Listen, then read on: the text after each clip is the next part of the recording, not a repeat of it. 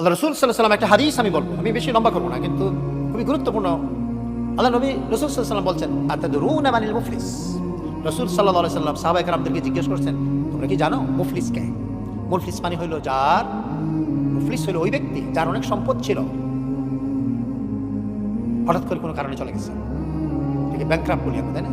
একজন বড় বিজনেসম্যান, ভালো বিজনেস পয়সা আছে, হঠাৎ করে দেখা গেছে ব্যাংকে একদিকে ধরছে, ট্যাক্সে ধরছে, এই ধরছে সেই ধরছে, পুরো সম্পদ খালি। এটাকে ব্যাংক্রাফট বলি, ব্যাংক্রাফট। তো রাসূল সাল্লাম জিজ্ঞেস করলেন, আতাদরুনা মানিল মুফলিস, তোমরা কি জানো যে মুফলিস ব্যাংক্রাফট কে? সাহাবায়ে কেরাম জবাব দিলেন, আল মুফলিসু ফিনা মা লা দিরহাম লাহু ওয়ালা মাতা।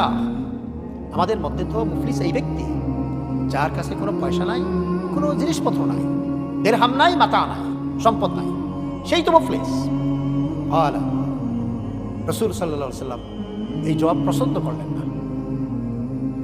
রাসূল সাল্লাম এই জবাবকে অ্যাপ্রুভ করলেন না। তিনি বললেন কি, ইন্নাল মুফলিসা মিন উম্মতি মান ইয়াতি ইয়াউমাল কিয়ামাতি বিসলাতিন ওয়া সিয়ামিন ওয়া যাকাতিন। মুফলিস হলো আমার উম্মতের মধ্যে ওই ব্যক্তি, আমার উম্মতের মধ্যে ওই ব্যক্তি কিয়ামতের দিন সে আসবে সালাত নিয়ে, অসংখ্য সালাত, সিয়াম, অনেক রোজা রাখছে, রমজানের রোজা রাখছে, নফল রোজা রাখছে, সোমবারে থার্সডে রোজা রাখছে, কত রোজা রাখছে, জাকাত দিছে, চ্যারিটি দিছে, সাদাকা দিছে, সব কিছু দিছে, বিরাট সম্পদ নিয়ে আল্লাহ রাব্বুল আলামিনের কাছে হাজির হবে। তাহলে বোঝা গেল নেককার মানুষ, অবশ্যই নেককার মানুষ। কিন্তু ওয়ায়াতি,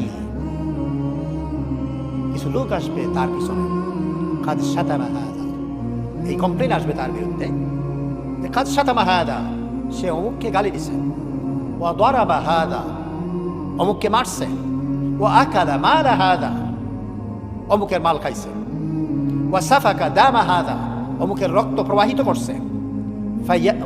দেন এই কমপ্লেন তার বিরুদ্ধে দায়ের করা হবে, এই কমপ্লেন তার বিরুদ্ধে দায়ের করা হবে।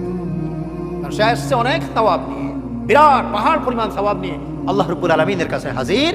কিন্তু তার পিছনে মানুষ দাঁড়াইছে, ইয়া রাব্বাল আলামিন, এই ব্যক্তি আমার গালি দিচ্ছে, এই ব্যক্তি আমার মারছে, আমার মাল ইজ্জত নষ্ট করছে, আমার সম্পদ খাইছে, আমার এই করছে সেই করছে, এইগুলো। তখন আল্লাহ রাব্বুল আলামিন বিচার যখন দায়ের করা হবে, আল্লাহ রাব্বুল আলামিন বলবেন, ফায়াখুযু হাযা মিন হাসানাতিহি ওয়া হাযা মিন হাসানাতিহি। দেন লোকজন দাঁড়াবে, বলা হবে ঠিক আছে, তার সওয়াব অনেক আছে, অনেক সওয়াব আছে, এখান থেকে যে দাবি করছে তার দাবি, এখানে কেউ মিথ্যা দাবি করতে পারবে না। আরেকটা জিনিস হলো, কিয়ামতের দিন কেউ কোনো কথা বলতে পারবে না আল্লাহর পারমিশন ছাড়া, আর কোনো কথা মিথ্যা বলতে পারবে না। যে ক্লেম করবে সে বলতে পারবে না যে আমার কাছ থেকে আনতে যেয়ে 1000 পাউন্ড নিয়ে নিছে, না, এটা বলতে পারবে না। সুতরাং ওখানে মিথ্যার কোনো সুযোগই নাই, স্বাধীনভাবে কথা বলার সুযোগ নাই, সবকিছু রেস্ট্রিক্টেড। লা ইয়াতাকাল্লামুনা ইল্লা মান আযিনা লাহুর রাহমান, কেউ কথাই বলতে পারবে না আল্লাহ পারমিশন না দিলে। আল্লাহ পারমিশন দিবেন, ওখানে যার যা কিছু আছে সব স্পষ্ট করে ক্লিয়ারলি সত্য সবাইকে বলতে হবে, সবাই সত্য বলবে। তখন কি আল্লাহ বলবেন, তাদেরকে দিয়ে দাও, সবাই যার যার হক অনুসারে যে যতটুকু কষ্ট দিয়েছে, কতটুকু হক নষ্ট করেছে, এতটুকু পরিমাণ সে তার সওয়াব থেকে নিয়ে যাবে। ফায়াখুযু হাযা মিন হাসানাতিহি ওয়া হাযা মিন হাসানাতিহি। দেন এভরিওয়ান, মানে প্রত্যেকে তার অংশ, তার হাসানাত থেকে নিয়ে নেবে। ওয়া ফাইন ফানিয়াত হাসানাতুহু ক্বাবলা আন ইউআফফা আল্লাযী আলাইহি। এখন কি হবে, তার হাসানাত সব শেষ হয়ে যাবে। হাসানাত যদি শেষ হয়ে যায়, তার ওই সবগুলা পে করার আগে, এখন দেখা গেল যে হাসানাত সব দেওয়া হয়ে গেছে, এখন কিছু মানুষ বাকি রয়েছে, পরিশোধ বাকি রয়েছে। ফাউখিযা মিন সাইয়্যাতি সাহিবিহি। তখন ওই যে ব্যক্তি যারা দাবি করতেছে, তাদের পাপ থেকে পাপ এনে তার উপরে ফেলে দেওয়া হবে। যে অনেক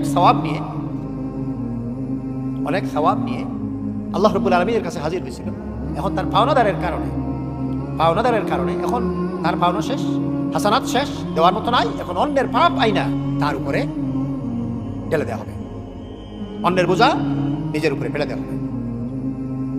ফাউখিযা মিন সাইয়্যাতি সাহিবিহি সুম্মা তুরিহাত আলাইহি। এরপরে তার উপরে এটা ফেলে দেওয়া হবে। সুম্মা তুরিহা ফিন্নার। এরপরে কি হবে? এরপরে সুম্মা তুরিহা ফিন্নার, যখন অন্যের পাপ আনে তার উপরে ফেলে দেওয়া হইল, অন্যের পাপ যখন তার উপরে থাকবে তখন তার সব তো শেষ। এখন পাপ ছাড়া কিছু নাই। নিজের পাপ যদ্দূর ছিল তা তো আছে, অন টপ অফ দ্যাট অন্যের পাপটা এটা নিজের গাড়ির উপরে সর করে এখন সে কি হবে? তাকে জাহান্নামে নিক্ষেপ করা হবে। এটার নাম কি? রাসূল সাল্লাল্লাহু আলাইহি ওয়াসাল্লাম বলছেন, রাসূল সাল্লাল্লাহু আলাইহি ওয়াসাল্লাম বলছেন এটার নাম হলো মুফলিস। এই হলো বানকাট, যে আল্লাহ রাব্বুল আলামিনের কাছে অসংখ্য সওয়াব নিয়ে হাজির হয়, অসংখ্য সওয়াব নিয়ে হাজির হইল, কিন্তু শেষ পর্যন্ত বিচারের আগে মানে কিয়ামতের ময়দানে সব সওয়াব লস্ট করে, সব সওয়াবকে শেষ করে দিয়ে অন্যের বোঝা মাথায় নিয়ে এখন সে কোথায়? জাহান্নামে।